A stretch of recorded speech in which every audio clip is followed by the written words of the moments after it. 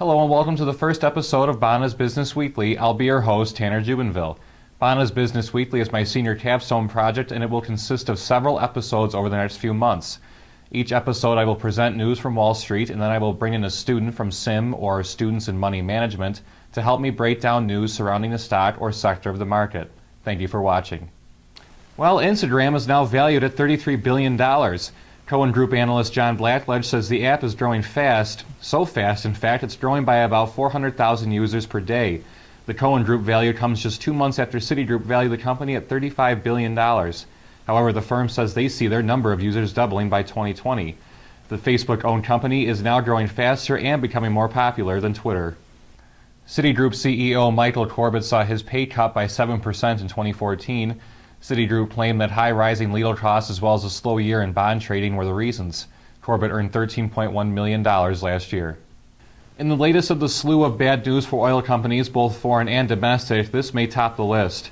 Warren Buffett's Berkshire Hathaway sold all 41 million shares in ExxonMobil, totaling $3.7 billion. Until recently, Berkshire Hathaway was ExxonMobil's sixth largest shareholder. Oil is currently resting at around $50 a barrel. Well, Greece is still a member of the European Union, for now that is. Eurozone finance ministers agreed in principle Friday to extend the mission of saving Greece's economy by 4 months. The deal helped avert a cash crunch that could have meant Greece being forced out of the currency area in March. This week, the euro saw a rebound against the dollar and global equity markets surged to record-closing highs. Yet all the while, Greek government bond yields fell due to low optimism for a debt deal. There are many rumors surrounding Apple this week, but mainly about Project Titan. Project Titan is believed to be Apple's attempt at making a car.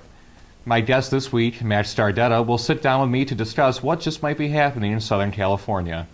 Matt, thanks for coming on the show today. Thanks for having me. So what do you think this speculation of Project Titan means for Apple moving forward, more so with their stocks?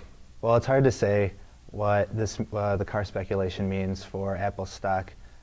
Recently, at the end of January 27th, Apple came out with earnings and did very well. They beat earnings and outperformed what the market was expecting.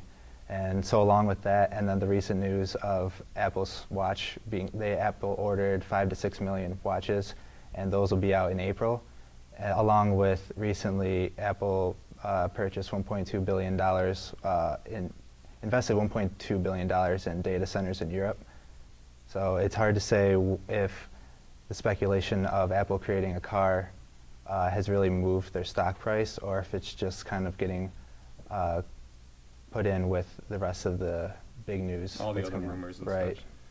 such. Do you think Apple's too big to fail, or could failing at this project actually hurt them? I don't think they're too big to fail, but I do worry that they're stepping too far away from their core competencies, or what they do best. They're more focused on consumer electronics and software, and moving to the automobile industry is a giant step outside their comfort zone. And they have enough money to definitely begin to mass produce electronic cars, but this puts their shareholders and their company at risk, because if this were to fail, shareholders would lose a lot of value that they currently own in their stocks. So, in your own opinion, do you think Apple could successfully, or let me rephrase that, do you think Apple can mass produce and mass sell successfully a car?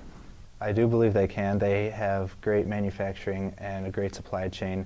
They have a great history with being able to manufacture and produce their smartphones and all their other devices. I do, however, think it would be better to not produce cars and more focus on, since cars are becoming more technologically driven and more software is being put into cars, I believe Apple would be better suited for creating software and better efficiency for electronic cars than it would be to produce cars, because there would be less risk associated with that. Do you think Apple will try to come out with a car?